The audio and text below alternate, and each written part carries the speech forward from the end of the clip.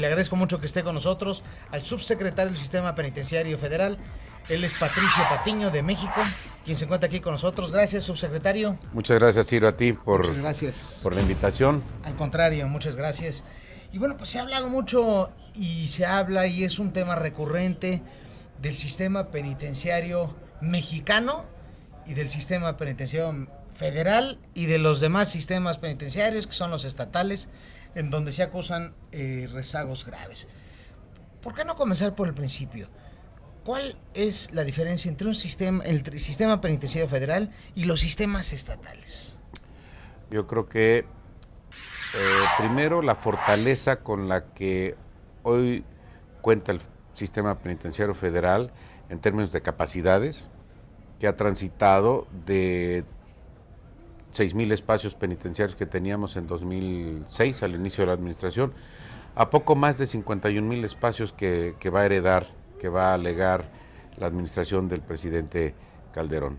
Segundo, que se pudieron homologar procesos en recepción, clasificación de internos, homologar un proceso de reinserción social,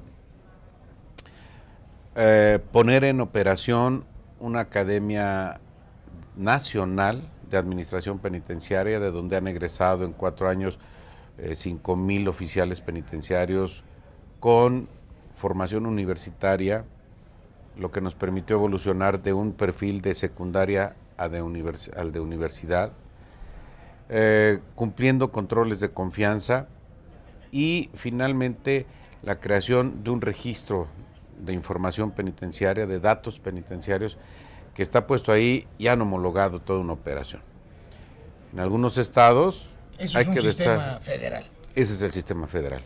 Los otros no es parte del sistema federal. Bueno, cada estado de la República y el Distrito Federal tienen sus estructuras penitenciarias, personal penitenciario, sus presupuestos, sus capacidades, y esas capacidades lo que tenemos que hacer es, al final de cuentas, homologar en algunos de los procesos la gestión, la operación penitenciaria, para lograr lo que yo decía hace un momento, certidumbre en el resultado. Eso que dice el subsecretario sería el reto más importante de cara al futuro en materia de penitenciaría en México. Yo identifico 3 retos por venir. Uno de ellos es ese, justamente, que se tenga capacidad de homologar la gestión penitenciaria, para que con ello podamos caminar poco a poco hacia un concepto que se ha ido posicionando dentro de la gestión federal, que es Operación Segura. Operación Segura es 0 fugas, 0 motines, 0 riñas, 0 muertos por violencia dentro de las cárceles. Entonces, uno de los grandes retos va a ser ese, homologar, para que podamos llegar a un proceso de operación segura y en consecuencia dar certidumbre a la sociedad de que está protegida. Segundo, no podemos avanzar mucho en ello si no se cuenta con un sistema de cárceles en donde la operación penitenciaria esté homologado, y creo que ahí hay que construir desde infraestructura hasta fortalecer o rehabilitar algunas cárceles estatales. Y el tercer tema, sin duda alguna, es la formación y profesionalización del sistema. Yo creo que esos 3 retos, bien encarados, bien atendidos, van a hacer la diferencia en unos años más. ¿Cuál es el legado? Sé que es una pregunta también fuerte. ¿Cuál es el legado que deja esta administración en materia de penitenciaría? Una infraestructura penitenciaria nueva que aportó 45,000 espacios penitenciarios al sistema mexicano que no había. Es decir, por lo menos se pusieron las cosas 0 a 0, es decir, con esta nueva infraestructura no hay sobrepoblación penitenciaria. No hay rezago. No hay rezago. Entonces, eso ya es un enorme paso, porque los rezagos que se tenían en infraestructura quedan corregidos. Segundo, Hay una academia penitenciaria que no existía. Nunca en la historia del penitenciarismo en México se había tenido una academia en donde se formara con ese perfil al oficial penitenciario. Entonces, también una respuesta un tanto dura, se evolucionó del carcelero al oficial penitenciario. Okay. Creo que eso es importante.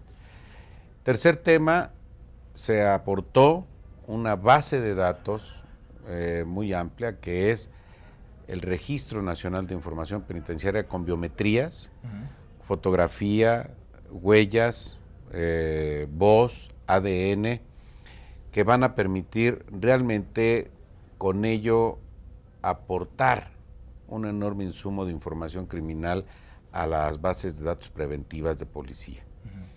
Y para cerrar, hay dos aspectos importantes.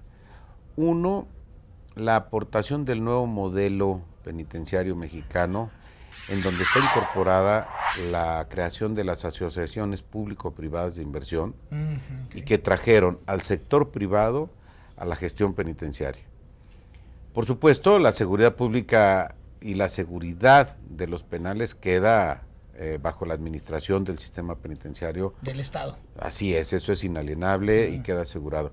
Pero la gestión de servicios como la propia construcción de la cárcel, la comida, la lavandería, el mantenimiento, procesos como el de sanitización, la actualización tecnológica, ya quedan bajo la aportación del sector privado, y una certidumbre de que para los siguientes 20 años, en estas asociaciones público-privadas, tendremos, sin lugar a dudas, un proceso de mejora continua que identifica ahora a estas nuevas cárceles federales. Es decir, ahora el proceso ya no es de readaptación, sino de reinserción social, y el reo ahora, el Estado toma el reo y lo inserta en la sociedad otra vez. Hay dos trabajos, básicamente es como lo dices, pero corresponde al sistema penitenciario generar el proceso de reinserción, y corresponde a la sociedad, hecha familia, hecha comunidad, hecha empresa, hecha trabajo, constituida como estas fases de la reinserción social, participar para que los internos que salgan de la cárcel tengan las oportunidades que la sociedad genere, y en consecuencia poder hablar de una reinserción social. Un concepto muy generalizado. El sistema penitenciario de México hay grandes rezagos. Esos rezagos los encontramos en los modelos estatales. A propósito de esta cumbre de expertos penitenciarios, de académicos, de operadores, de autoridades nacionales que hay aquí, en más de 30 autoridades nacionales presentes, el diagnóstico penitenciario mundial habla, sin lugar a dudas, de similitudes en muchos aspectos, en muchos países, y no son excepción, en consecuencia, los sistemas penitenciarios estatales. Okay. Aquí se van a presentar el jueves entrante experiencias como la de Baja California y Chihuahua, que vale la pena conocerlas porque, como se dice en esta frase que recurrentemente se oye, estaban colapsados los sistemas. Esos sistemas colapsados hoy son ejemplo de cómo sí es posible modificar una circunstancia crítica dentro de las cárceles, con tres aspectos muy concretos: proyectos, metodologías e inversiones. Esto cuesta. Y asignarle recursos hace la diferencia entre administrar el colapso o resolver la situación. Más claro, ni el agua cristalina, subsecretario. Agradezco mucho que nos haya recibido y poder platicar. Te agradezco mucho a ti, Ciro. Y tener pues, una idea más clara de lo que es un sistema penitenciario. Yo he aprendido mucho en esta conferencia internacional, que por cierto nos ven bien, ¿no?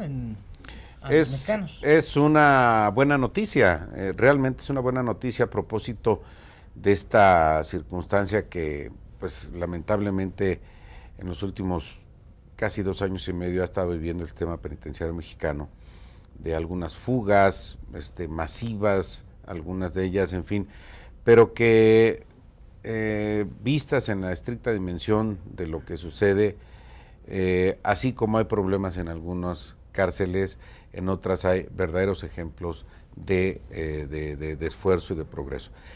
Y en la balanza, al final de cuentas, yo creo que es una muy buena noticia cómo ven a México los expertos internacionales por los esfuerzos que han hecho algunos estados, lo que ha hecho el sistema penitenciario federal, lo que ha hecho el país, en la materia, sin negar que en otro sentido hay problemas. Bueno, pues es un placer. Muchas gracias, Ciro. Patricio Patiño Arias, subsecretario del Sistema Penitenciario Federal, en esta charla para poder entender un poquito más en dónde estamos parados en México y bueno, pues como ustedes pueden ver, en el contexto también de las naciones, en esta conferencia de gran importancia que se lleva a cabo aquí en la Ciudad de México. Gracias, subsecretario. Te agradezco mucho, Ciro. Gracias para Blue TV, Ciro de Costanzo.